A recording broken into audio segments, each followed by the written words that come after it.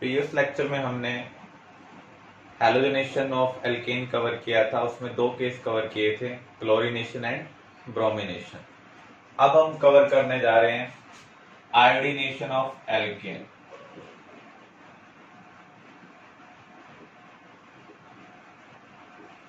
अगर हम एल्कीन को आयोडीन के साथ ट्रीट करते हैं तो हमें आयोडोल्केन मिलेगा।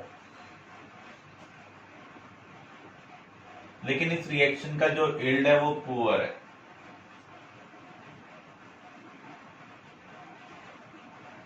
इसका रीजन क्या है?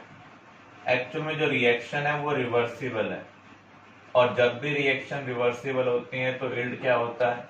पुअर।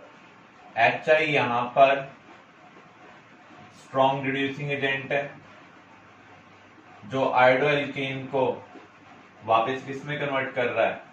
एल्केन में कन्वर्ट कर रहा है, जिससे रिएक्शन रिवर्स हो रही है। अब हम रिवर्सिबल रिएक्शन को एक पार्टिकुलर डायरेक्शन में शिफ्ट करना चाहते हैं। अगर हम प्रोडक्ट को रिमूव करेंगे तो रिएक्शन किधर शिफ्ट होगी? फॉरवर्ड डायरेक्शन में। तो यहां पर HI को हम ऑक्सीडाइजिंग एजेंट की हेल्प से रिमूव कर सकते हैं, क्योंकि ऑक्सीडाइजिंग एजेंट रिड्यूसिंग एजेंट के साथ क्या करेगा? रिएक्ट करेगा और इसे कंज्यूम करेगा, जिससे रिएक्शन किधर शिफ्ट होगी? फॉरवर्ड डायरेक्शन में। So iodination of alkane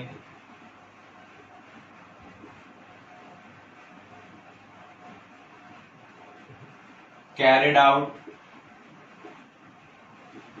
in the presence of oxidizing agent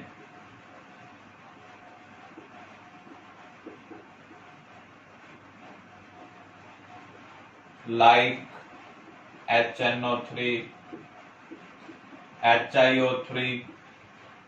तो एग्जाम में क्वेश्चन आ सकता है कि एल्केन का आयोडीनेशन हम ऑक्सीडाइजिंग एजेंट की प्रेजेंस में क्यों करते हैं। तो हम क्या बताएंगे? जब हम एल्कीन का आयोडीनेशन करते हैं तो यहाँ पर HI की फॉर्मेशन हो रही है, और ये स्ट्रॉन्ग रिड्यूसिंग एजेंट है। ये आयोडोल्केन को वापस किस में कन्वर्ट कर देता है? एल्केन में। रिएक्शन रिवर्सिबल हो जाती है। तो रिएक्शन को फॉरवर्ड डायरेक्शन में शिफ्ट करने के लिए हमें HI को कंज्यूम करना पड़ेगा। वो हम किसकी हेल्प से कर सकते हैं? ऑक्सीडाइजिंग एजेंट की हेल्प से। नेक्स्ट है फ्लोरिनेशन। आयोडीनेशन के लिए भी हम हीट का यूज करते हैं। फ्लोरिनेशन जब आप एल्केन का करते हैं तो डार्क कंडीशन में हो जाता है।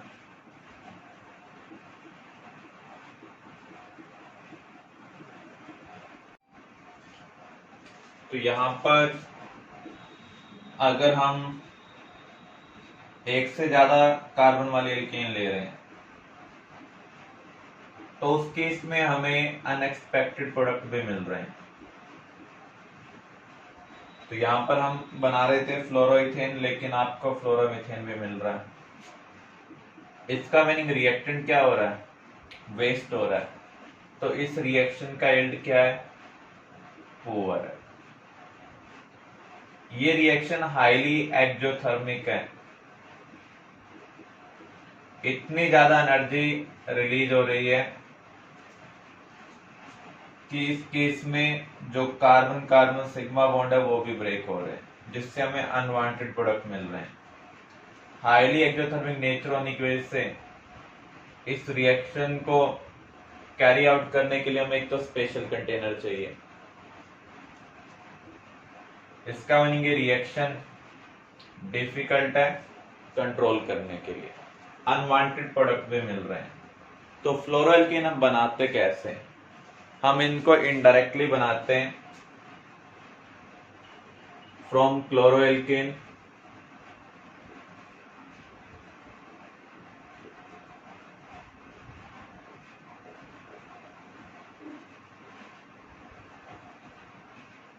और इस रिएक्शन को हम बोलते हैं Swarts reaction.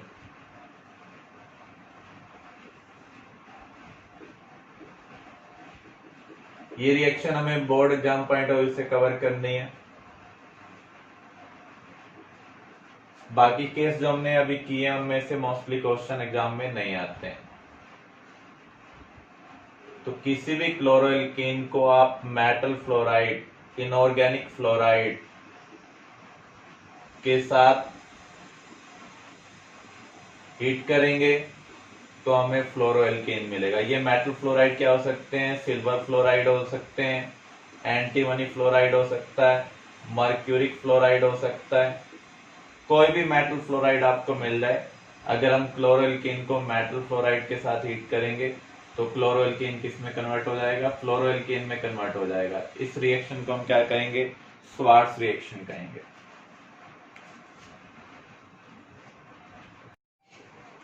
Preparation of alkyl halide from alkene.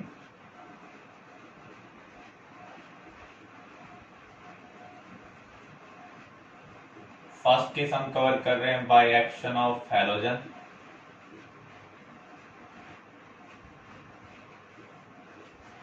जब आप किसी एल्कीन को हैलोजन के साथ ट्रीट करते हैं, दो रिएक्शन की पॉसिबिलिटी होती है, एडिशन की और सब्स्टिट्यूशन की।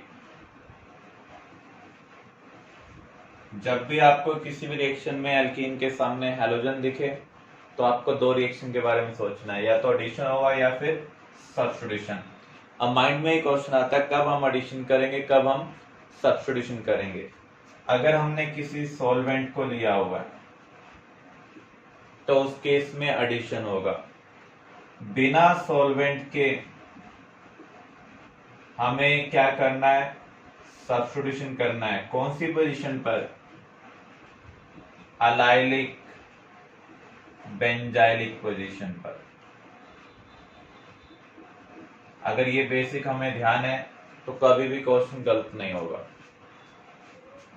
फॉर एग्जाम्पल, प्रोपीन को हम ट्रीट कर रहे हैं क्लोरीन के साथ इन द प्रेजेंस ऑफ लाइट, तो उस केस में आप देख सकते हैं यहाँ पर हमने कोई सॉल्वेंट नहीं लिया होगा। जब भी हम सॉल्वेंट नहीं लेंगे तो उस केस में फ्री रेडिकल सब्स्टिट्यूशन होगा अलाइलिक और बेंजाइलिक पोजीशन पर। डबल बॉन्ड से जो नेक्स्ट वाला कार्बन होता है वो कौन सा होता है? अलाइलिक। तो यहां से हम एक H हटाएंगे, उसकी जगह क्या लगाएंगे? Cl।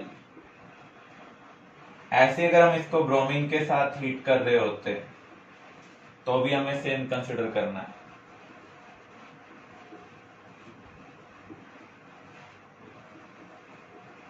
तो ये वाले केस आपके पास बोर्ड एग्जाम में आ सकते हैं।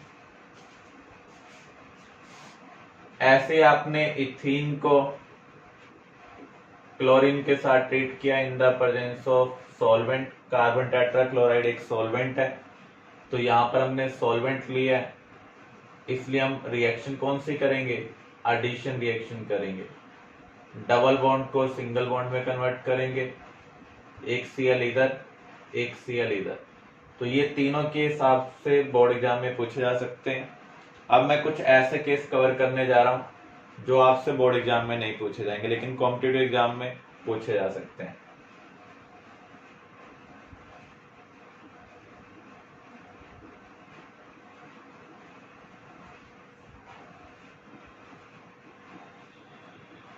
जैसे हम इसको क्लोरीन वाटर के साथ ट्रीट करें या ब्रोमीन वाटर के साथ ट्रीट करें, यहां पर मेजर प्रोडक्ट क्या मिलेगा?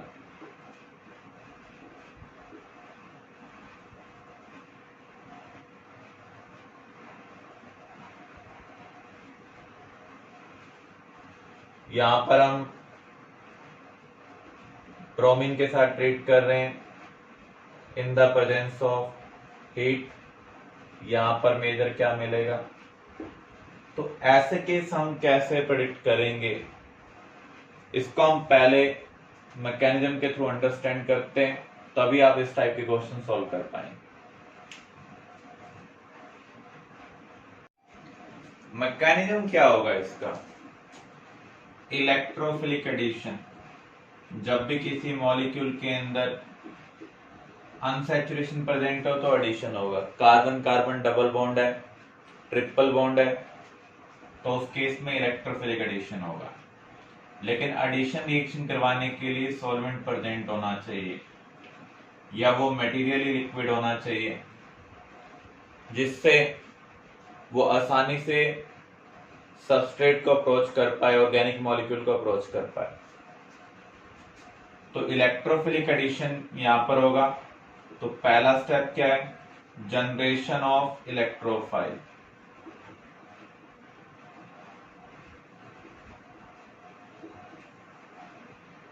ये मैकेनिज्म हमें बोर्ड एग्जाम के लिए नहीं करना है। एल्कीन का जो इलेक्ट्रॉन क्लाउड है वो क्लोरीन मॉलिक्यूल के इलेक्ट्रॉन क्लाउड को डिस्टॉर्ट करेगा। आपने केमिकल बॉन्डिंग में फेजान रूल पढ़ा था। दो इलेक्ट्रॉन क्लाउड जब एक दूसरे को अप्रोच करते हैं तो जिसका इलेक्ट्रॉन क्लाउड डेंसर होता है वो दूसरे के इलेक्ट्रॉन क्लाउड को डिस्टॉर्ट करता है, पोलराइज करता है। क्लोरीन नॉन पोलर मॉलिक्यूल है, लेकिन जो एल्कीन मॉलिक्यूल है इसके इलेक्ट्रॉन क्लाउड को डिस्टॉर्ट करेगा, पोलैरिटी प्रोड्यूस होगी। अल्टीमेटली ये बॉन्ड इतना वीक हो जाएगा कि ये ब्रेक हो जाएगा। तो हमें मिल रहा है यहाँ पर Cl positive, Cl negative. Positive species को हम क्या कहेंगे? इलेक्ट्रोफाइल। नेगेटिव स्पीसीज को हम क्या बोलते हैं? न्यूक्लियोफाइल। इलेक्ट्रोफाइल का नेम क्या है यहाँ पर? जब भी किसी के पास पॉजिटिव आता है तो उसके लास्ट में क्या आएगा? IUM। तो इसे हम कहेंगे chloronium. Second step, attack of electrophile on carbon carbon double bond. जो कार्बन कार्बन डबल बॉन्ड है उसकी इलेक्ट्रॉन डेंसिटी ज्यादा है तो वो इलेक्ट्रोफाइल को तो अट्रैक्ट करेगा लेकिन न्यूक्लियोफाइल को क्या करेगा? रिपेल करेगा। तो जो चीज पहले ऐड होती है उसी के बेस पर मैकेनिज्म का नाम होगा।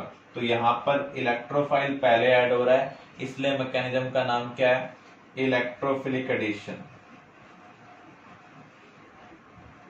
फॉर एग्जाम्पल हमने यहाँ पर इथीन लिया हुआ है तो ये इलेक्ट्रॉन इसको प्रोवाइड कर रहा है। जो इलेक्ट्रॉन प्रोवाइड करेगा उसकी तरफ टेल होगा, जो रिसीव करेगा उसकी तरफ हेड होगा। तो यहाँ पर इफेक्ट कौन सा हो रहा है? इलेक्ट्रोमरिक। जब भी कोई भी अटैकिंग स्पीसीज अनसैचुरेटेड मॉलिक्यूल को अप्रोच करती है तो पाई इलेक्ट्रॉन एक तरफ ट्रांसफर हो जाते हैं। इस इफेक्ट को हम क्या बोलते हैं? Electromeric effect. तो यहाँ पर इलेक्ट्रोमरिक इफेक्ट हो रहा है। ये पाई इलेक्ट्रॉन एक तरफ ट्रांसफर होंगे, एक कार्बन के पास पॉजिटिव आएगा, दूसरे के पास नेगेटिव। लेकिन क्लोरीन एक ऐसा इलेक्ट्रोफाइल है जिसके पास वैकेंट ऑर्बिटल भी है और फुली फिल्ड ऑर्बिटल भी है। तो ये दोनों कार्बन के साथ अटैच हो जाएगा। तो यहां पर आप देख सकते हैं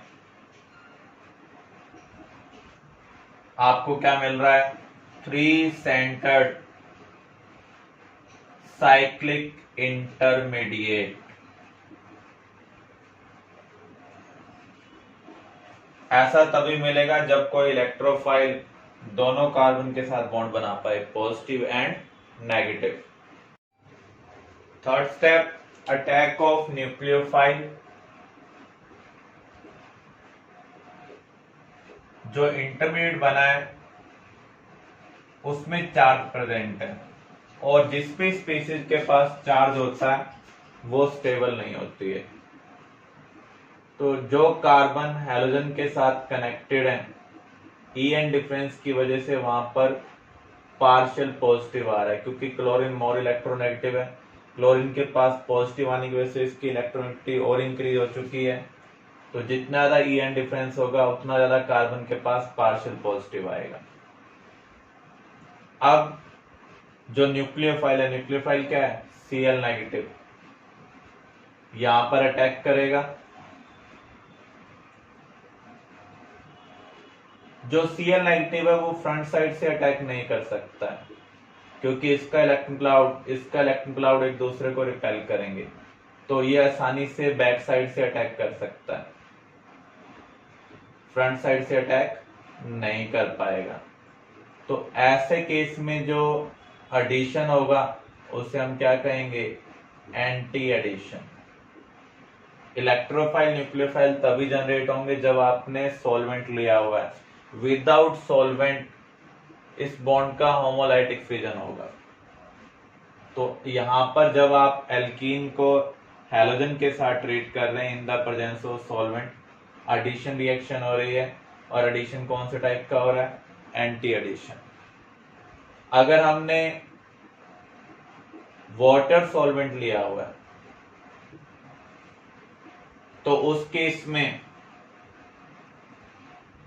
ये न्यूक्लियोफाइल का काम कर सकता है, क्योंकि यहां सेंट्रल एटम के पास क्या प्रेजेंट है, लोन पेयर प्रेजेंट है। जो CCl4 है वो इनर्ट सॉल्वेंट है, ये प्रोसेस में पार्टिसिपेट नहीं करता है, सिर्फ सॉल्वेंट का काम करता है। लेकिन water solvent, alcohol solvent nucleophile का काम कर सकते हैं। अगर हमने यहाँ पर वाटर को लिया हुआ है तो उस केस में दो पॉसिबिलिटी होंगी न्यूक्लियोफाइल की, एक तो ये और दूसरी पॉसिबिलिटी इसकी होगी। तो ये बैक साइड से अटैक करेगा। जब water as a nucleophile attack करता है तो ऑक्सीजन अपना लोन पेयर देगा, जिसकी वजह से ऑक्सीजन के पास क्या आएगा, पॉजिटिव।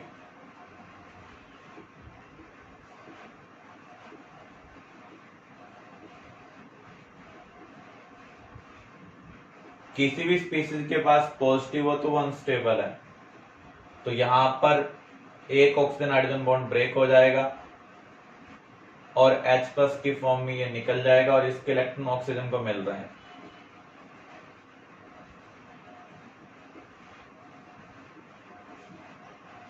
तो ये प्रोडक्ट मिल सकता है। तो जब आप वाटर सॉल्वेंट ले रहे हैं तो दो न्यूक्लियोफाइल हैं, एक क्लोराइड और एक वाटर। वाटर एक्सेस में इन कंपेरिजन टू दिस, तो इसलिए ये प्रोडक्ट क्या होगा, मेजर होगा। फिर से आप देख लें, जब आप एल्कीन को हैलोजन के साथ ट्रीट करते हैं in the presence of solvent, तो उस केस में एल्कीन का इलेक्ट्रॉन क्लाउड इसके बॉन्ड को पोलराइज करेगा, इलेक्ट्रोफाइल न्यूक्लियोफाइल में कन्वर्ट कर देगा। एल्कीन में कार्बन कार्बन डबल बॉन्ड की इलेक्ट्रॉन डेंसिटी ज्यादा है, तो इलेक्ट्रोफाइल को ये अट्रैक्ट करेगा, न्यूक्लियोफाइल को ये क्या करेगा, रिपेल। तो इसलिए पहले इलेक्ट्रोफाइल ऐड हो रहा है। तो यहां पर ये एक ऐसा इलेक्ट्रोफाइल है जो पॉजिटिव नेगेटिव दोनों कार्बन के साथ अपना ऑर्बिटल शेयर कर सकता है, इसलिए आपको 3 सेंटर्ड साइक्लिक इंटरमीडिएट मिल रहा है। अब 3 सेंटर्ड साइक्लिक इंटरमीडिएट में जो न्यूक्लियोफाइल है वो सिर्फ बैक साइड से अटैक कर सकता है, क्योंकि फ्रंट साइड से रिपल्शन बहुत ज्यादा है, एक्टिवेशन एनर्जी बहुत ज्यादा है। पाथ वही फॉलो होगा जिसकी एक्टिवेशन एनर्जी क्या होगी, कम होगी। यहाँ पर रिपेल करने वाले ग्रुप प्रेजेंट नहीं है, यहाँ पर रिपेल करने वाले ग्रुप प्रेजेंट है। तो इसलिए यहाँ पर आप देख सकते हैं इलेक्ट्रोफाइल अगर इधर से अटैच हुआ है तो न्यूक्लियोफाइल अपोजिट से ऐड होगा। तो एडिशन कौन सी है, एंटी। कभी कभी हम CCl4 की बजाय वाटर को एज ए सॉल्वेंट लेते हैं, लेकिन वाटर खुद भी न्यूक्लियोफाइल है, तो ऐसे केस में रिएक्शन में दो पॉसिबिलिटी होंगी, क्लोराइड भी न्यूक्लियोफाइल होगा, वाटर भी न्यूक्लियोफाइल होगा। वाटर का अमाउंट ज्यादा है तो इसके कोरस्पॉन्डिंग जो प्रोडक्ट मिलेगा वो क्या होगा, मेजर प्रोडक्ट होगा। तो जब वाटर न्यूक्लियोफाइल का काम करता है तो वहां से H+ निकल जाता है, आफ्टर अटैक अटैच क्या होगा, OH। क्लियर।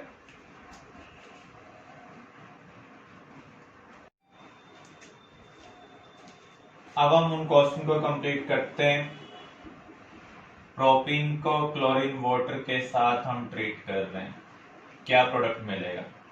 तो सबसे पहले आप यहाँ पर देखें, ये आपको Cl positive Cl negative provide कर रहा है। साइक्लिक इंटरमीडिएट बनाते हैं हम, ये साइक्लिक इंटरमीडिएट बनता है। वाटर सॉल्वेंट है तो ये एक्सेस में होगा, तो इसके कोरस्पॉन्डिंग जो प्रोडक्ट मिलेगा वो मेजर होगा। जो पिछला हमने मैकेनिज्म में केस कवर किया था वो सिमेट्रिकल था, अनसिमेट्रिकल के केस में ये कहां पर अटैक करेगा, अगर इंटरमीडिएट में कहीं भी पॉजिटिव होगा तो न्यूक्लियोफाइल को वहां पर अटैक करवाना है जहां पर ज्यादा स्टेरिक ट्रांसफर, जिसके साथ ज्यादा एल्काइल ग्रुप कनेक्टेड हो।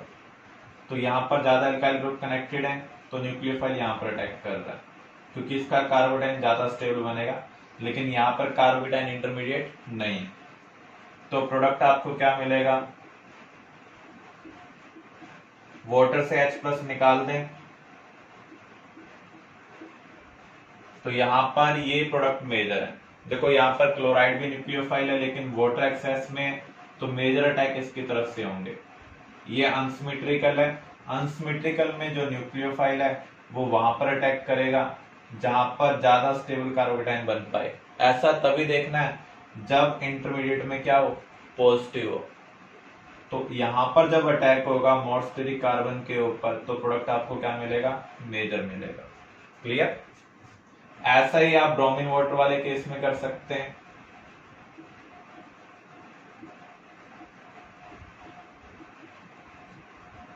वहां पर जो इंटरमीडिएट बन रहा है Cl की जगह क्या आ जाएगा, Br पॉजिटिव।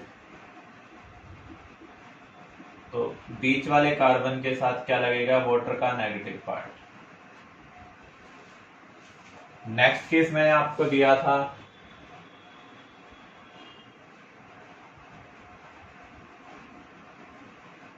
इसको हम ब्रोमीन के साथ हीट कर रहे हैं, क्लोरीन के साथ हीट कर रहे हैं, सॉल्वेंट नहीं है।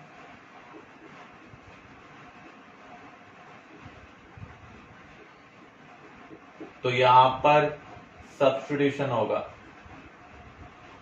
जब भी sp3 कार्बन से हाइड्रोजन हटाना है तो सब्स्टिट्यूशन कौन सा होगा, फ्री रेडिकल। तो यहां पर अलाइलिक पोजीशन दो हैं, एक तो ये और एक ये टर्शरी अलाइलिक है और ये सेकेंडरी अलाइलिक है, तो फ्री रेडिकल यहां पर बनेगा। अब आप देख सकते हैं ये फ्री रेडिकल और ये पाई बॉन्ड कॉन्जुगेशन में है। तो जब कॉन्जुगेशन होता है तो उस केस में इलेक्ट्रॉन अपनी पोजीशन चेंज करते हैं। इसका मीनिंग ये डबल बॉन्ड यहां पर बन जाएगा और ऑड इलेक्ट्रॉन यहां पर आ जाएगा। अगर किसी केस में रेजोनेंस स्ट्रक्चर बनते हैं तो जो प्रोडक्ट ज्यादा स्टेबल होगा वही मेजर होगा। नॉर्मली हम क्या देखते हैं, जिस पाथ का इंटरमीडिएट ज्यादा स्टेबल होता है वो मेजर प्रोडक्ट देता है। लेकिन अगर किसी केस में रेजोनेंस स्ट्रक्चर बनती है तो जो प्रोडक्ट ज्यादा स्टेबल होगा वही मेजर होगा। तो इसके कोरस्पॉन्डिंग आपको प्रोडक्ट मिल रहा है ये, इसके कोरस्पॉन्डिंग आपको ये मिल रहा है। इन दोनों एल्कीन में ज्यादा स्टेबल कौन सी है, जिसके पास ज्यादा अल्फा हाइड्रोजन होगी।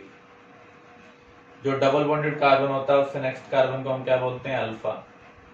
तो जितनी ज्यादा अल्फा पोजीशन पर हाइड्रोजन प्रेजेंट होंगी उतनी ज्यादा एल्कीन की स्टेबिलिटी होगी। तो इस केस में ज्यादा अल्फा हाइड्रोजन है, फ्री हाइड्रोजन यहाँ पर है, 2 यहाँ पर है, सॉरी ये डबल बॉन्ड से हमें नेक्स्ट वाला कार्बन देखना है यहाँ पर।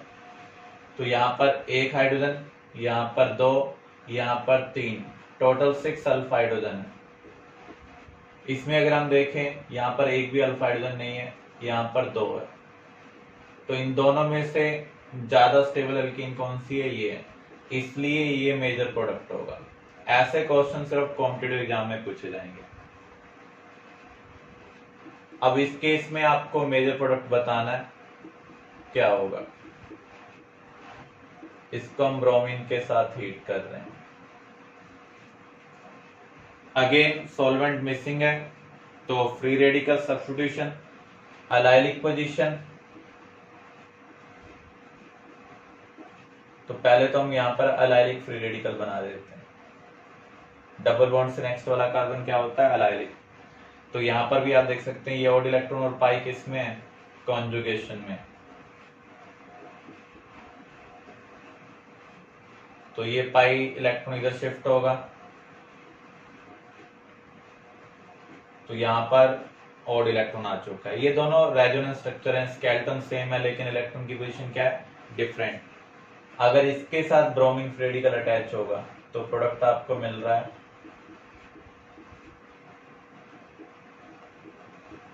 ये इसके कोरस्पॉन्डिंग आपको मिल रहा है ये प्रोडक्ट। इन दोनों में से ज्यादा स्टेबल कौन सा ये है, क्योंकि यहाँ पर पाई पाई कॉन्जुगेशन है। कॉन्जुगेटेड एल्कीन नॉर्मल एल्कीन से क्या होती है, ज्यादा स्टेबल होती है। तो जब भी रेजोनेंस स्ट्रक्चर बनती हो तो जो मोर स्टेबल प्रोडक्ट होगा वो क्या होगा, मेजर होगा। अदरवाइज जिस पाथ का इंटरमीडिएट ज्यादा स्टेबल होता है वो प्रोडक्ट क्या होता है, मेजर होता है।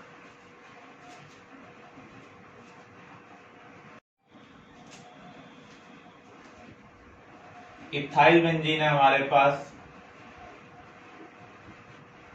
इसको हम ब्रोमीन के साथ हीट कर रहे हैं। अगेन सॉल्वेंट नहीं है तो हमें क्या करना है, फ्री रेडिकल सब्स्टिट्यूशन करना है। कहां पर, बेंजाइलिक अलाइलिक पोजीशन पर। बेंजीन से नेक्स्ट कार्बन क्या होता है, बेंजाइलिक। तो यहां से एक H हटाएंगे, उसकी जगह हम हैलोजन फ्री रेडिकल लगा देंगे। इस टाइप का क्वेश्चन आपसे बोर्ड एग्जाम में पूछा जा सकता है। NBS क्या होता है, एन ब्रोमो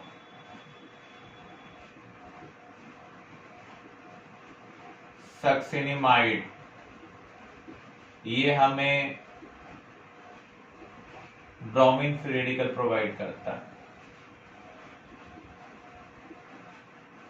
इसका मीनिंग अगर हम इसका यूज करेंगे तो क्या होगा, free radical substitution.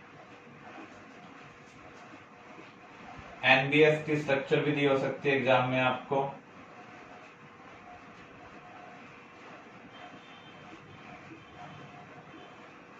Succinic acid क्या होता है, ब्यूटेन 1,4-डाइओके एसिड। उससे हमने अमाइड बनाया और उसके नाइट्रोजन के साथ Br लगाया, इसलिए हम इसे बोल रहे हैं एन ब्रोमो सक्सिनिमाइड। जब भी NBS दिया होगा तो आपको फ्री रेडिकल सब्स्टिट्यूशन के बारे में सोचना है, तो इसकी जगह आपको NBS भी दिया हो सकता है। ऐसे ही अगर आपको SO2Cl2 दिया हो, सल्फ्यूरियल क्लोराइड दिया हो, तो ये हमें प्रोवाइड करता है क्लोरीन फ्री रेडिकल। तो इसमें भी हमें फ्री रेडिकल सब्स्टिट्यूशन के बारे में सोचना है। अनदर मेथड, अगर हम एल्कीन को हैलोजन एसिड के साथ ट्रीट करते हैं तो उस केस में भी एडिशन रिएक्शन होगी। हैलोजन एसिड हम ले सकते हैं HCl, HBr, HI। HF हम इसलिए कंसिडर नहीं करते हैं क्योंकि उसका जो एसिडिक कैरेक्टर है इनके कंपैरिजन में काफी कम है। एडिशन रिएक्शन दो रूल फॉलो करती है, Markovnikov rule, another is anti Markovnikov rule. एक ही केस है जिस केस में एंटी मार्कोनिकोव रूल फॉलो हो रहा है, जब आपको HBr के साथ परऑक्साइड मिले। बाकी केस में मार्कोनिकोव रूल हम फॉलो करेंगे। इन रूल्स के रिगार्डिंग आप 11th में स्टडी कर चुके हैं। मार्कोनिकोव रूल क्या कहता है, negative part of adding molecule attached to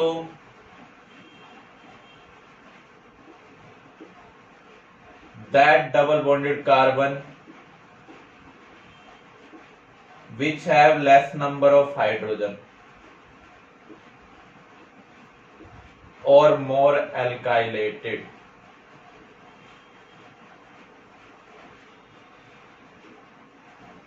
major product को देखने के लिए आपको नेगेटिव पार्ट को उस डबल बॉन्डेड कार्बन के साथ अटैच करना है जिसके पास कम हाइड्रोजन है, ज्यादा एल्काइलेटेड है।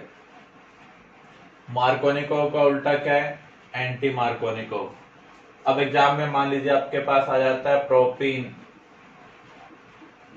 प्रोपीन के अंदर जब हम HBr ऐड करेंगे तो पहले तो हमें यही चेक करना है एडिशन कौन से टाइप के करनी है, मार्कोनिकोव को फॉलो करना है या फिर एंटी मार्कोनिकोव को।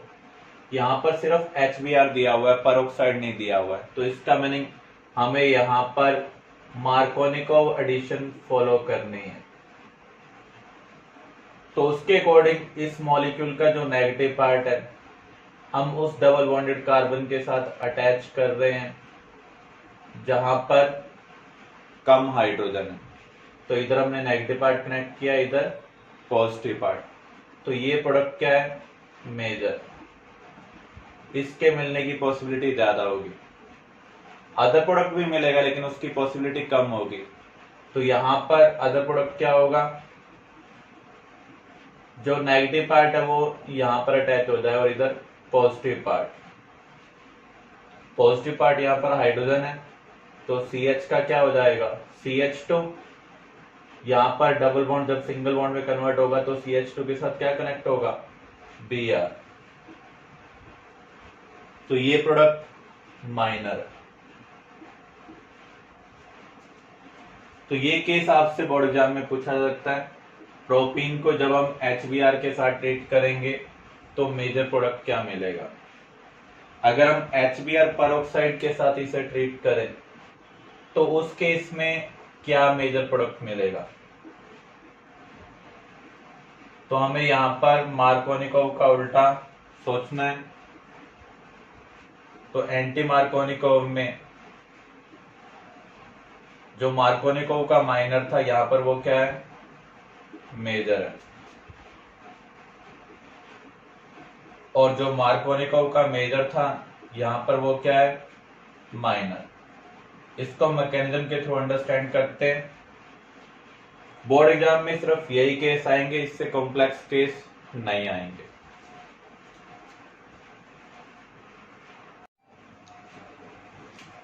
अब हम मैकेनिज्म को अंडरस्टैंड करने जा रहे हैं। एल्कीन में जब भी हम कुछ ऐड करेंगे तो उस केस में या तो इलेक्ट्रोफिलिक एडिशन होगा या फिर फ्री रेडिकल एडिशन। पेरोक्साइड का यूज करेंगे तो फ्री रेडिकल एडिशन, किसी और स्पीसीज का यूज कर रहे हैं तो जो एल्कीन का कार्बन कार्बन डबल बॉन्ड है वो इलेक्ट्रोफिलिक पार्ट को अट्रैक्ट करेगा, न्यूक्लियोफिलिक पार्ट को रिपेल करेगा। तो पहले इलेक्ट्रोफाइल ऐड हो रहा है, इसलिए मैकेनिज्म क्या है, इलेक्ट्रोफिलिक एडिशन। ये मैकेनिज्म आपसे बोर्ड एग्जाम में पूछा जा सकता है। तो इसका हम सिंपलेस्ट केस लेंगे, जब आप इथीन को HBr के साथ ट्रीट कर रहे हैं, प्रोडक्ट आपको मिल रहा है CH3CH2Br।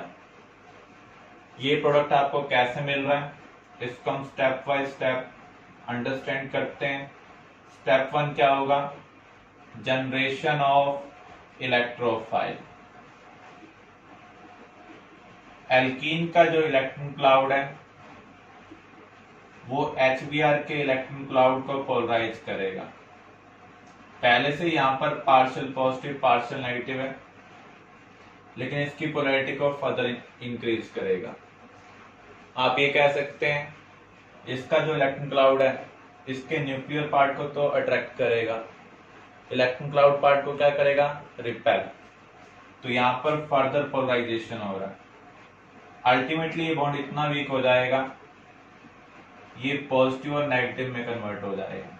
पॉजिटिव स्पीसीज को हम क्या कहेंगे, इलेक्ट्रोफाइल, नेगेटिव स्पीसीज को न्यूक्लियोफाइल। तो फर्स्ट स्टेप है generation of electrophile. Step 2, attack of electrophile on carbon carbon double bond.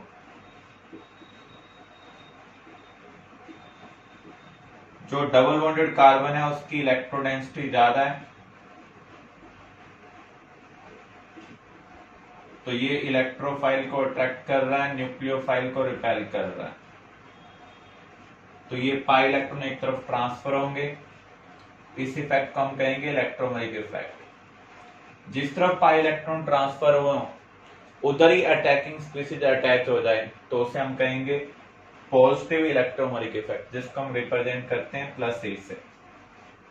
तो इस पाई बॉन्ड को हम ब्रेक कर रहे हैं, मान लीजिए इलेक्ट्रॉन इधर शिफ्ट किए तो यहाँ नेगेटिव आएगा, इधर क्या आएगा पॉजिटिव, या फिर आप इधर शिफ्ट कर रहे हैं तो इधर नेगेटिव आएगा, इधर पॉजिटिव, नेगेटिव पार्ट के साथ H+ कनेक्ट हो जाएगा,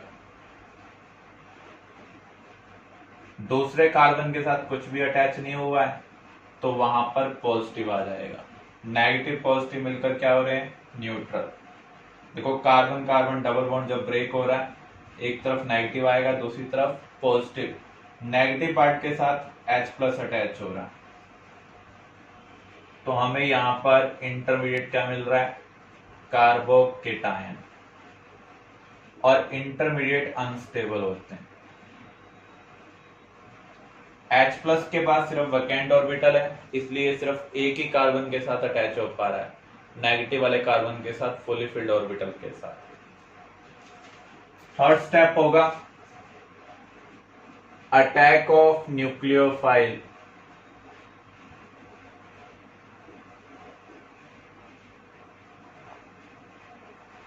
ऑन कार्बोकेटायन इंटरमीडिएट। जो कार्बोकेटायन है वो हाईली अनस्टेबल है,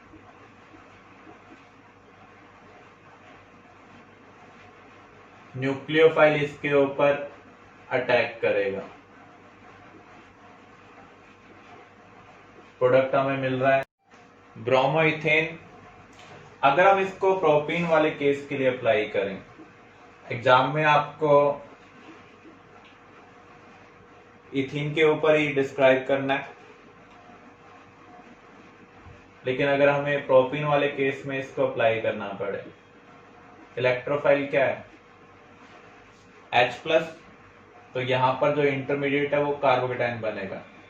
ये अनसिमेट्रिकल एल्कीन है, जबकि ये क्या थी सिमेट्रिकल, तो यहां पर एक ही टाइप का कार्बोकेटायन बन रहा था, यहां पर दो टाइप के कार्बोकेटायन बन सकते हैं, नेगेटिव इस कार्बन के पास भी आ सकता है, इसके पास भी आ सकता है। अगर नेगेटिव इस कार्बन के पास आएगा तो पॉजिटिव इस कार्बन के पास आएगा, तो यहां पर हम दोनों पॉसिबिलिटी ले रहे हैं, एक कार्बोकेटायन ये बन सकता है, दूसरा कार्बोकेटायन आपको ये मिल सकता है। तो यहां पर ये जो कार्बोकेटायन है प्राइमरी कार्बोकेटायन है, क्योंकि प्राइमरी कार्बन के पास पॉजिटिव है। यहां पर जो पॉजिटिव चार्ज है वो सेकेंडरी कार्बन के पास है, तो इसे हम क्या कहेंगे सेकेंडरी कार्बोकेटायन। तो अगर किसी भी रिएक्शन में एक से ज्यादा इंटरमीडिएट बनते हैं, जिस पाथ का इंटरमीडिएट ज्यादा स्टेबल होगा वो प्रोडक्ट हमें मेजर देगा। तो यहां पर सेकेंडरी और प्राइमरी कार्बोकेटायन में से ज्यादा स्टेबल कौन सा है सेकेंडरी, तो इसके कोरस्पॉन्डिंग जो हमें प्रोडक्ट मिलेगा वो मेजर प्रोडक्ट होगा। न्यूक्लियोफाइल हम क्या यूज कर रहे हैं Br नेगेटिव, क्योंकि अगर हम HBr यूज कर रहे हैं तो न्यूक्लियोफाइल क्या होगा Br नेगेटिव। तो आप यहां पर देख सकते हैं इसके कोरस्पॉन्डिंग जो प्रोडक्ट होगा वो क्या होगा मेजर।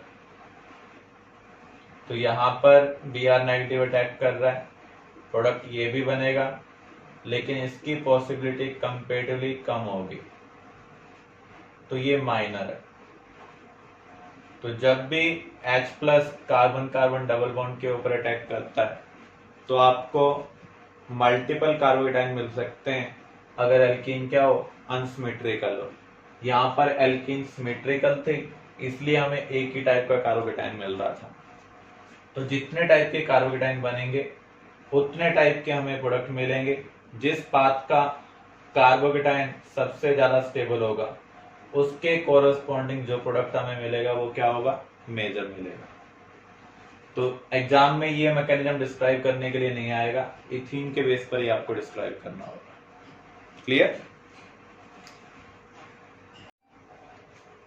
कॉम्पिटिटिव एग्जाम के लिए आपको एक चीज ध्यान रखनी है, अगर किसी भी रिएक्शन में इंटरमीडिएट कार्बोकेटायन बनता है तो कार्बोकेटायन एक ऐसा इंटरमीडिएट है जो रीअरेंज होकर मोर स्टेबल कार्बोकेटाइन में कन्वर्ट हो सकता है, अदर इंटरमीडिएट रीअरेंज नहीं होते हैं।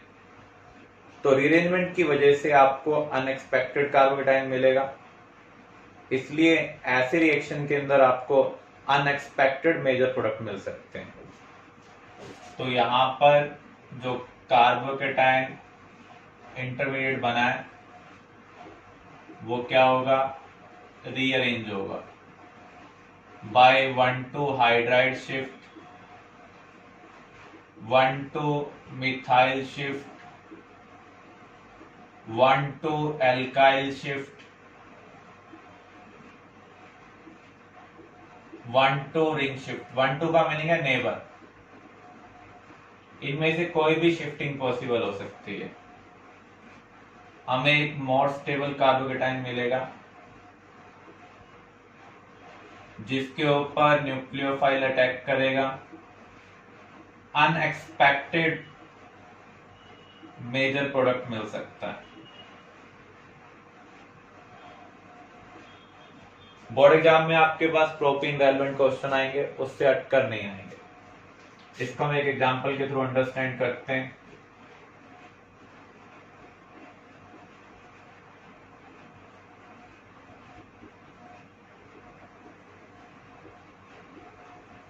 अगर हम इसके अंदर HBr का एडिशन करें तो हम एक्सपेक्ट क्या करते हैं, नेगेटिव पार्ट एडिंग मॉलिक्यूल का उस डबल बॉन्डेड कार्बन के पास जाना चाहिए जिसके पास कम हाइड्रोजन है, वो प्रोडक्ट मेजर होगा। ये एक्सपेक्टेड मेजर प्रोडक्ट है।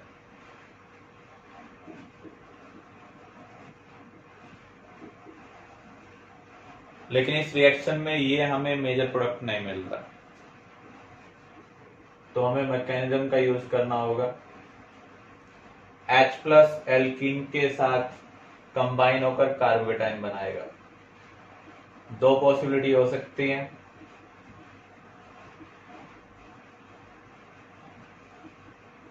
ये कार्बोकेटाइन बने या तो इस कार्बन के पास पॉजिटिव या फिर इसके पास। जिस कार्बन के साथ आप पॉजिटिव नहीं लगा रहे हैं उसके पास हाइड्रोजन शिफ्ट करेंगे। देखो यहां पर पॉजिटिव लगाया तो ये CH2 का क्या हो गया, CH3। अदर पॉसिबिलिटी हम देखें तो यहां पर H आ गया और यहां पर पॉजिटिव, नेगेटिव वाले कार्बन के साथ H प्लस अटैच होगा, तो ये प्राइमरी कार्बोकेटाइन है, ये सेकेंडरी कार्बोकेटाइन है क्योंकि सेकेंडरी कार्बन के पास पॉजिटिव है। जो कार्बन दो कार्बन के साथ कनेक्टेड होगा वो क्या होगा, सेकेंडरी। ये लेस स्टेबल है, ये मोर स्टेबल है।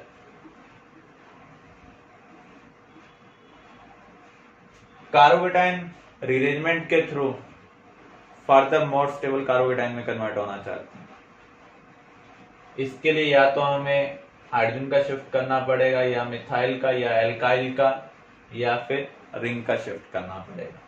अगर मैं इस पोजीशन से H नेगेटिव इधर शिफ्ट कर देता हूं तो उस केस में यहां पर पॉजिटिव आएगा, प्राइमरी कार्बोकेटाइन बनेगा।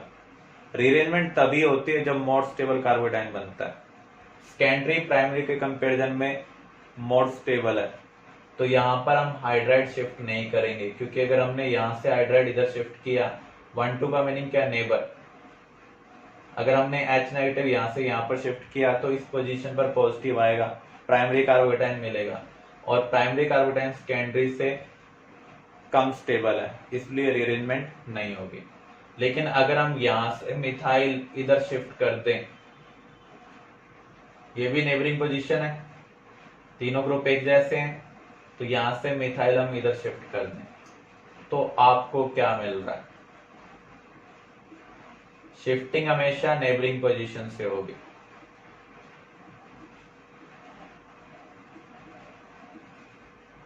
जिस कार्बन से हमने ग्रुप हटाया वो नेगेटिव की फॉर्म में हटाया, न्यूट्रल से नेगेटिव हटाएंगे तो क्या आएगा, पॉजिटिव। तो इस पोजीशन पर पॉजिटिव आ रहा है, पॉजिटिव पर नेगेटिव शिफ्ट कर रहे हैं तो वो क्या हो रहा है, न्यूट्रल। तो यहां पर जो आपको कार्बोकेटायन मिल रहा है वो है टर्शरी कार्बोकेटायन।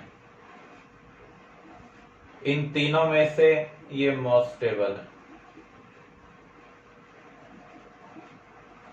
अब इसके ऊपर न्यूक्लियोफाइल अटैक करेगा, इसके कोरस्पॉन्डिंग जो प्रोडक्ट होगा वो क्या होगा, मेजर प्रोडक्ट होगा।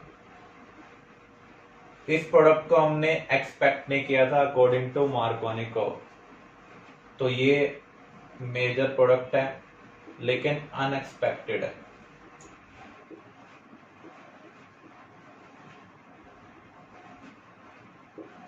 तो जब आपके पास कॉम्प्लेक्स एल्कीन हो तो आपको मॉडर्न मार्कोनिकोव रूल यूज करना है।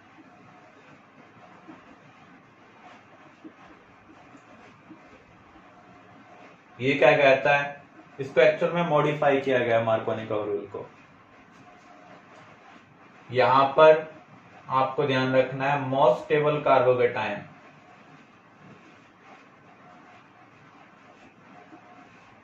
से जो हमें प्रोडक्ट मिलेगा वो क्या होगा, मेजर होगा। तो यहां पर जो हमने शिफ्टिंग की है वो कौन सी की है, 1,2 मिथाइल शिफ्ट की है। तो alkyl shift, methyl shift, hydride shift, ring shift के through carbocation most stable carbocation में कन्वर्ट हो सकते हैं।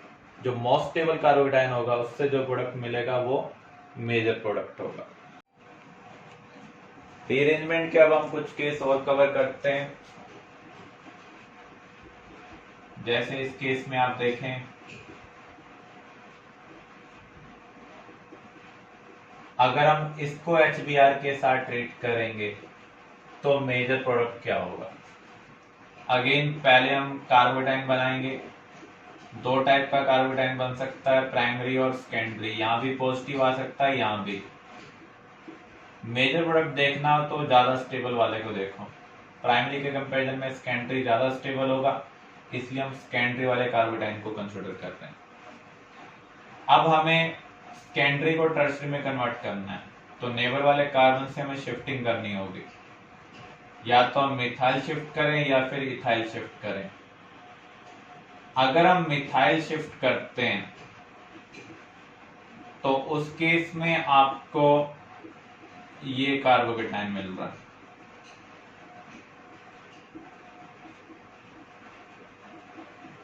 अगर हम इथाइल शिफ्ट करते हैं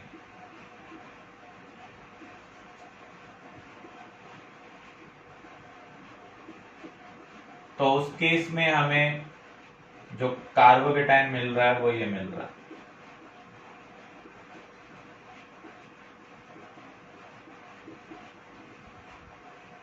इन दोनों में से ज्यादा स्टेबल कौन सा होगा। देखो ये तो था सेकेंडरी कार्बोकेटायन, ये भी टर्शरी है और ये भी टर्शरी है, लेकिन दोनों की स्टेबिलिटी एक जैसी नहीं है। C2H5 को हम कैसे लिख सकते हैं, CH3CH2। पॉजिटिव वाले कार्बन के नेबर वाले जो कार्बन होते हैं उनको हम बोलते हैं अल्फा कार्बन। जितनी ज्यादा अल्फा हाइड्रोजन होंगी उतना ज्यादा कार्बोकेटायन स्टेबल होगा। तो यहां पर अगर हम हाइड्रोजन काउंट करें अल्फा कार्बन की, जो पॉजिटिव वाला कार्बन है उसके नेबर वाला कार्बन कौन सा है, अल्फा। यहाँ 2 अल्फा हाइड्रोजन है, यहाँ पर 1 है और यहाँ पर 3 है। Total 6 alpha hydrogen. ये कंपैरिजन आपको तभी करना है जब टर्शरी टर्शरी और सेकेंडरी सेकेंडरी हो। यहाँ पर हम देखें ये अल्फा है, ये अल्फा है, ये अल्फा है। टोटल अल्फा हाइड्रोजन कितने हैं, 7। तो जिस कार्बोकेटायन के पास अल्फा हाइड्रोजन ज्यादा होंगी वो ज्यादा स्टेबल होगा। तो पहले तो सेकेंडरी कार्बोकेटायन टर्शरी कार्बोकेटायन में कन्वर्ट हो रहा है। यहाँ 2 पॉसिबिलिटी है, नेबरिंग पोजीशन से मिथाइल भी शिफ्ट हो सकता है, इथाइल भी शिफ्ट हो सकता है। हम दोनों शिफ्टिंग कर रहे हैं, दोनों केस में आपको टर्शरी कार्बोकेटायन मिल रहा है। अब आपको चेक करना है किसके पास अल्फा हाइड्रोजन ज्यादा होंगे। जिसके पास अल्फा हाइड्रोजन ज्यादा होंगी वो ज्यादा स्टेबल कार्बोकेटाइन है। तो इन तीनों में से अगर हम देखें तो ये क्या है, मोस्ट स्टेबल कार्बोकेटाइन है। तो इसके कोरस्पॉन्डिंग जो हमें प्रोडक्ट मिलेगा वो क्या होगा, मेजर प्रोडक्ट होगा। तो ऐसे केस आपको रफ नोटबुक के ऊपर प्रैक्टिस करने हैं तभी क्लियर होंगे।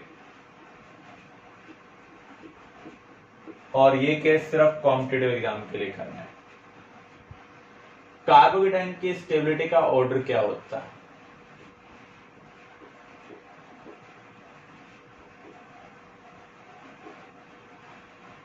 सबसे ज्यादा स्टेबल होते हैं एरोमेटिक कार्बोकेटाइन। एरोमेटिक कार्बोकेटाइन का मीनिंग क्या है, रिंग के अंदर पॉजिटिव आना, एरोमेटिक की कंडीशन सेटिस्फाई करना। उसके बाद साइक्लोप्रोपाइल मिथाइल,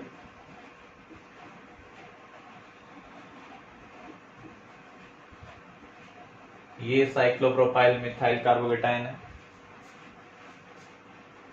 इसके बाद tertiary benzylic, then tertiary allylic,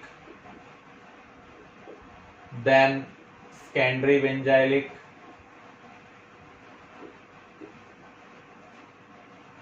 then secondary allylic.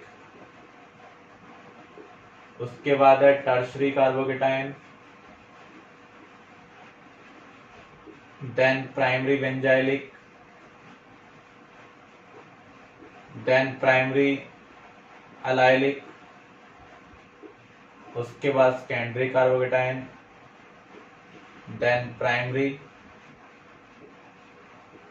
Then vinylic carbocation. सबसे कम स्टेबल होता है एंटी एरोमेटिक। तो ये कार्बोकेटाइन के स्टेबिलिटी का ऑर्डर है। इसका कुछ क्वेश्चंस में हम यूज करेंगे। अगर आपको याद नहीं है तो धीरे धीरे याद हो जाएगा विद प्रैक्टिस ऑफ क्वेश्चन। अब हम केस कवर कर रहे हैं रिंग शिफ्ट का।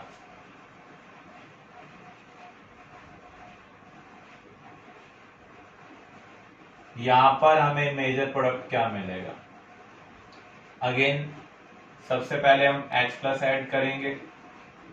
दो टाइप का कार्बोटाइन बन सकता है, प्राइमरी एंड सेकेंडरी। ज्यादा स्टेबल कौन सा है, सेकेंडरी। तो डायरेक्टली हम उसी को बनाते हैं क्योंकि हमें मेजर प्रोडक्ट देखना है। पॉसिबल प्रोडक्ट देखना होता तो हम सभी टाइप के कार्बोटाइन बनाते जो भी पॉसिबल थे यहाँ पर। अब आपको एक चीज ध्यान रखनी है, जब भी रिंग के नेबर में पॉजिटिव हो, when positive in neighbor of ring,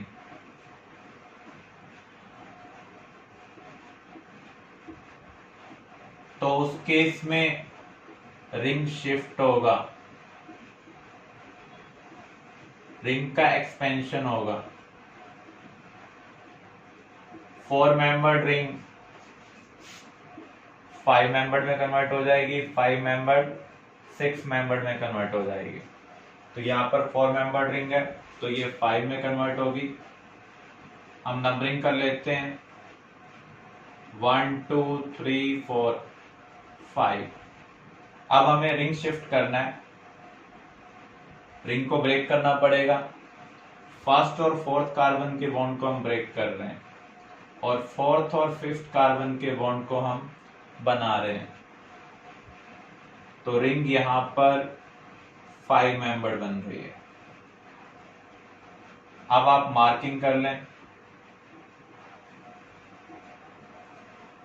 जिस कार्बन का हमने बॉन्ड ब्रेक किया है वहां से हमने ग्रुप को नेगेटिव की फॉर्म में हटाया और पॉजिटिव पर नेगेटिव की फॉर्म में शिफ्ट किया है। पॉजिटिव नेगेटिव मिलकर क्या हो रहे हैं, न्यूट्रल। तो 4 और 5 आपस में कनेक्ट हो चुके हैं। फर्स्ट से हमने नेगेटिव निकाला था इसलिए फर्स्ट के ऊपर पॉजिटिव आ जाएगा। फिफ्थ कार्बन के पास क्या है, यहाँ पर CH3। देखो जो फिफ्थ कार्बन है उसके साथ क्या कनेक्टेड है, CH3। ये कौन सा कार्बोकेटाइन है, secondary carbocation. Secondary carbocation tertiary में कन्वर्ट होना चाहता है, अगर इसकी नेबरिंग पोजीशन पर कोई टर्सरी कार्बन हो तो पॉसिबिलिटी है कि टर्सरी कार्बोकेटाइन में कन्वर्ट हो जाए। तो यहाँ पर आप देख सकते हैं इसकी जो नेबर वाला कार्बन है वो टर्सरी है, इसके साथ 3 कार्बन कनेक्टेड है, 1 हाइड्रोजन। तो यहां से हाइड्राइड शिफ्ट हो जाएगा, शिफ्टिंग हमेशा नेबरिंग पोजीशन से होगी। तो यहां से H नेगेटिव इधर शिफ्ट हो रहा है, ये न्यूट्रल में कन्वर्ट हो गया। जिस कार्बन के पास मिथाइल ग्रुप था वहां पर क्या आ गया, positive. This is tertiary carbocation. 4 membered ring 5 membered ring में क्यों कन्वर्ट हो रही है? एक्चुअल में यहाँ पर एंगल स्ट्रेन कम हो रहा है, यहाँ पर एंगल 90 डिग्री है, जबकि sp3 कार्बन का जो एंगल होता है वो 109 डिग्री होता है। तो जितना ज्यादा नॉर्मल एंगल से डिफरेंस होगा उतना ज्यादा एंगल स्ट्रेन होगा। तो एंगल स्ट्रेन को कम करने के लिए 4 मेंबर्ड रिंग किस में कन्वर्ट हो रही है, 5 मेंबर्ड में। तो यहाँ पर हमें टर्सरी कार्बोकेटाइन मिल रहा है, ये सेकेंडरी था। तो जितने भी कार्बोकेटाइन हमने बनाए हैं उनमें ये मोस्ट स्टेबल है। तो इसके कोरस्पॉन्डिंग जो हमें प्रोडक्ट मिलेगा वो क्या होगा, मेजर प्रोडक्ट होगा। फिर से इस केस को आप ध्यान से देख लें, एल्कीन है, H+ का एडिशन करेंगे तो यहाँ पर भी आ सकता है, यहाँ पर भी। तो 2 टाइप के कार्बोकेटाइन बन सकते हैं, प्राइमरी और सेकेंडरी। ज्यादा स्टेबल कौन सा है, सेकेंडरी कार्बोकेटाइन। तो डायरेक्टली हम सेकेंडरी कार्बोकेटाइन को बना रहे हैं। जब भी रिंग के नेबर में पॉजिटिव आता है तो रिंग शिफ्ट होता है, रिंग एक्सपेंड होती है। तो यहां पर 4 मेंबर रिंग के नेबर में पॉजिटिव है, तो ये जो फर्स्ट और फोर्थ कार्बन का बॉन्ड है ये ब्रेक होगा। पॉजिटिव के साथ नेगेटिव कनेक्ट हो सकता है, तो जब ये बॉन्ड ब्रेक होगा तो फोर्थ के पास नेगेटिव आएगा, फर्स्ट के पास पॉजिटिव। तो फोर्थ और फिफ्थ को हम कनेक्ट कर रहे हैं, पॉजिटिव नेगेटिव मिलकर न्यूट्रल हो रहे हैं। फर्स्ट पोजीशन पर क्या आ गया है, पॉजिटिव। ये सेकेंडरी कार्बोकेटाइन है, इसके नेबर वाला कार्बन टर्सरी है। टर्सरी कार्बन से हाइड्राइड शिफ्ट हो रहा है और सेकेंडरी कार्बोकेटाइन किस में कन्वर्ट हो रहा है, टर्सरी कार्बोकेटाइन में। अब इसके ऊपर न्यूक्लियोफाइल अटैक कर रहा है, आपको ये प्रोडक्ट मिल रहा है, this is major product.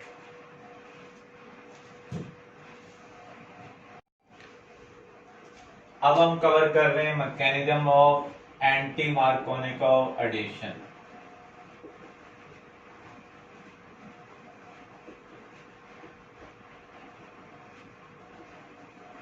Anti Markovnikov addition को हम पेरोक्साइड इफेक्ट भी बोलते हैं और खराश इफेक्ट भी बोलते हैं।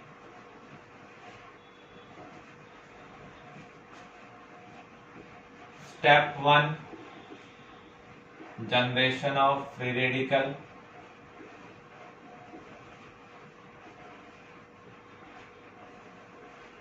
जो भी हमने पेरोक्साइड लिया उसके अंदर ऑक्सीजन ऑक्सीजन सिंगल बॉन्ड है, हीट के एक्शन से, लाइट के एक्शन से इसका होमोलाइटिक फ्यूजन होगा, और जब भी होमोलाइटिक फ्यूजन होता है तो उस केस में फ्री रेडिकल बनता है। अब ये फ्री रेडिकल हैलोजन एसिड को अप्रोच करेगा। यहां पर जो इसकी एफिनिटी है ऑक्सीजन की वो हाइड्रोजन के लिए ज्यादा है इन कंपैरिजन टू हैलोजन। तो यहां पर हमें ब्रोमीन फ्री रेडिकल मिल रहा है।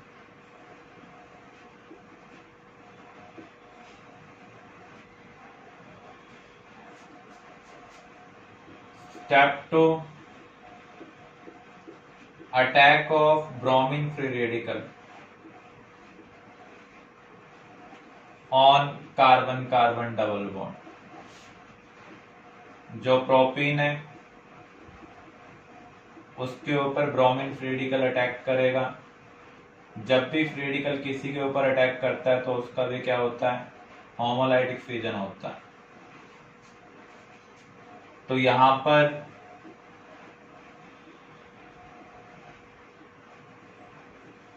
दो टाइप के फ्री रेडिकल मिल सकते हैं, या तो ओड इलेक्ट्रॉन यहाँ पर आ जाए या फिर इधर आ जाए, क्योंकि एक ओड इलेक्ट्रॉन ब्रोमीन के साथ शेयर्ड होगा। तो यहाँ पर हमें दो टाइप के फ्री रेडिकल मिल रहे हैं, secondary free radical and primary free radical. अब ये फ्री रेडिकल HBr के साथ कोलाइड करेगा और यहां से H को अब्स्ट्रैक्ट कर लेगा।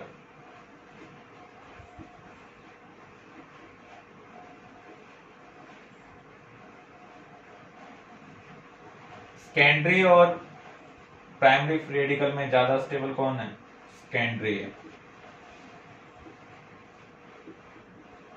अगर किसी रिएक्शन में एक से ज्यादा इंटरमीडिएट बनते हो तो जिस पाथ का इंटरमीडिएट सबसे ज्यादा स्टेबल होगा वो प्रोडक्ट क्या होगा? मेजर होगा। तो इसलिए ये प्रोडक्ट हमें मेजर मिल रहा है। जिस इंटरमीडिएट की स्टेबिलिटी ज्यादा होगी उसके बनने के चांसेस भी ज्यादा होंगे, उस पाथ के फॉलो होने के चांसेस ज्यादा होते हैं। ये मैकेनिज्म आपको बोर्ड एग्जाम में नहीं करना होगा, ये सिर्फ हम अंडरस्टैंडिंग पॉइंट ऑफ व्यू से कवर कर रहे हैं।